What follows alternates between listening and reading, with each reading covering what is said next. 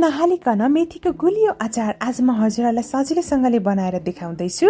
Greetings everyone, YouTube channel अमर पन्छी food वर्ल्डमा हजुरहरूलाई धेरै धेरै स्वागत छ। यो अचार हजुरहरूले 5 देखि 10 महिनासम्म सजिलै स्टोर गरेर राख्न सक्नुहुन्छ र एकदम हेल्दी पनि छ, बनाउन पनि एकदमै सजिलो छ र धेरै सामान पनि चाहिँदैन। र सुरुमा अचार स्टोर गर्नको लागि मैले यसरी सिसाको बोतल वा एउटा एयरटाइट कन्टेनर लिएँ। यो एकदमै सफा र सुक्खा हुनुपर्छ। हजुरहरूले प्लास्टिककोमा बनाउनु भए पनि हुन्छ, तर स्वास्थ्यको दृष्टिले चाहिँ ग्लास बोतलमा बनाउँदाखेरि अचार चाहिँ अलि हेल्दी बन्छ। साथसाथै मेथीको धुलो लिएँ मैले यसरी 100 ग्राम। यो सजिलै डिपार्टमेन्ट स्टोरहरूमा वा मसला पसलहरूमा किन्न पाइन्छ र छैन भने चाहिँ मेथीलाई नै पिसेर धुलो बनाएर लिन सक्नुहुन्छ 100 ग्राम। र कागती चाहिन्छ 8 वटा जति। कागती सकेसम्म पातलो बोक्रा भएको चाहिँ लिन सक्नुहुन्छ, 8 वटा जति चाहिन्छ। साथसाथै हामीलाई चाहिन्छ चिनी 5 चम्चा, बिरे नुन आधा चम्चा, हिङ चाहिँ 3 चुट्की जति, रातो धुलो खुर्सानी 1 चम्चा र चाट मसला चाहिँ आधा चम्चा जति चाहिन्छ।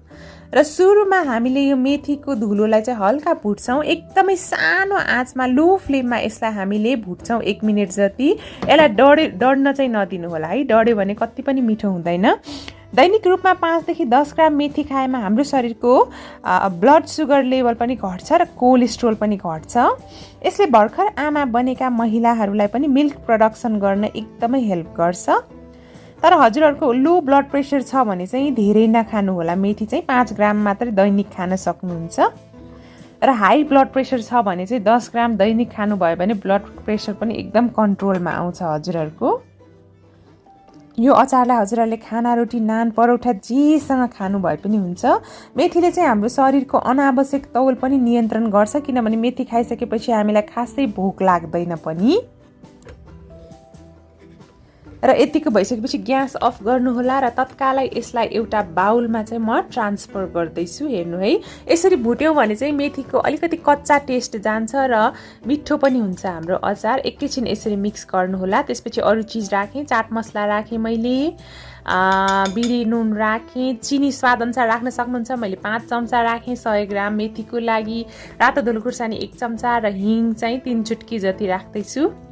मेथीको अचार चाहिँ एकदमै फुलेर आउँछ, एकदमै धेरै क्वान्टिटी बन्छ, लगभग 3 गुणा धेरै बन्छ। यो चाहिँ हामीले कागतीको रस राखिसकेपछि, हजुरहरूले कागतीको रस छैन भने निबुवाको रस पनि राख्न सक्नुहुन्छ वा भिनेगर पनि युज गर्न सक्नुहुन्छ है त। र त्यसपछि अब चाहिँ सजिलैसँगले मैले कागती पनि सुक्खा लिएकी छु, मतलब पानीले नभिजेको वाला, र चक्कु पनि पानीले नभिजेको वाला नै लिँदैछु अचार नबिग्रियोस् भन्नको लागि।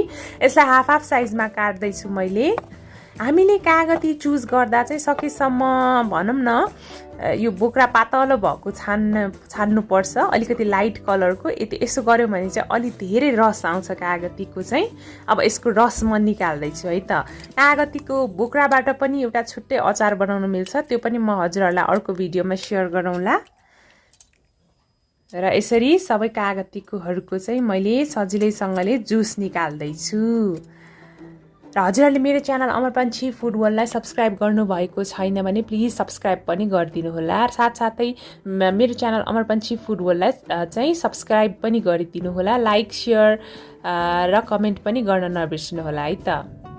र यसरी पुरै बियाँ निकाल्दैछु। यो बियाँ पर्यो भने चाहिँ अलिकति मेथी तितो तितो हुन्छ। यो मेथीको अचार बालकदेखि वृद्धसम्म सबैले मन पराउँछन्। हामीले सोचे जस्तो तितो चाहिँ हुँदैन, यो अचार हल्का तितो मात्रै हुन्छ। यो चिनी राखेको अचार भएकोले खास गरेर बालबालिकाहरूलाई एकदमै मन पर्न सक्छ। यसरी बियाँ निकालिसकेपछि पनि बाँकी भएको कागतीको रस मैले जति सक्दो यसरी निकाल्दैछु। ठुलो कागती वा निबुवा युज गऱ्यौँ भने चाहिँ एकदमै मजाको रस निस्किन्छ। मेरो चाहिँ अलिकति सानो सानो वाला पर्यो। आजकल काठमाडौँमा चाहिँ सानो सानो साइजको मात्रै धेरै पाइन्छ कागती।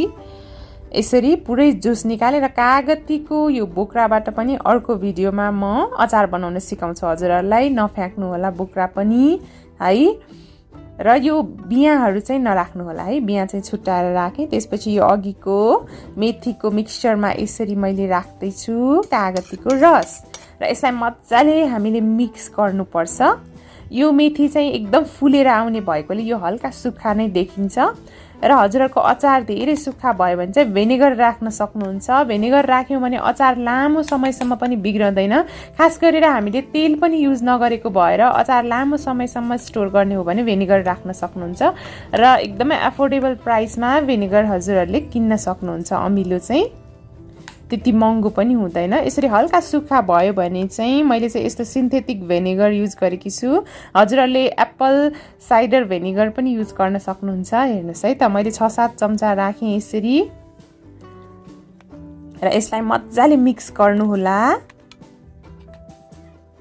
र यो बनाउने बाउल पनि पानी बिनाको सुक्खा हुनुपर्छ, मैले अघि भन्न बिर्सेँ।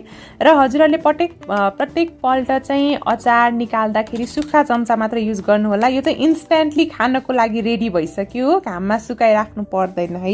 यसलाई फ्रिजमा स्टोर गर्नुभयो भने एकदमै राम्रो हो, तर यत्तिकै पनि हजुरहरूले स्टोर गर्न सक्नुहुन्छ। यो बिग्रँदैन भेनिगर युज गरेको भएर।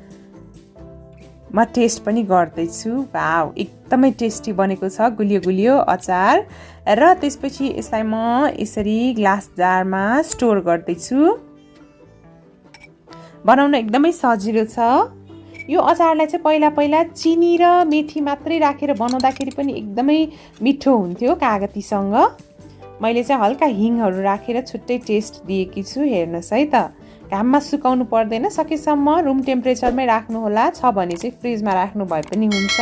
आजको भिडियो हजुरहरूलाई कस्तो लाग्यो, मन पर्यो भने भिडियोलाई लाइक, कमेन्ट र सेयर गरिदिनु होला। साथसाथै मेरो च्यानल अमरपन्ची फुड वर्ल्डलाई सब्सक्राइब पनि गरिदिनु होला। हजुरहरूलाई कुनै भिडियो मैले बनाएको हेर्न मन छ भने तल कमेन्ट सेक्सनमा कमेन्ट पनि गरिदिनु होला है। Thank you so much for watching. Have a nice day, happy cooking, bye by.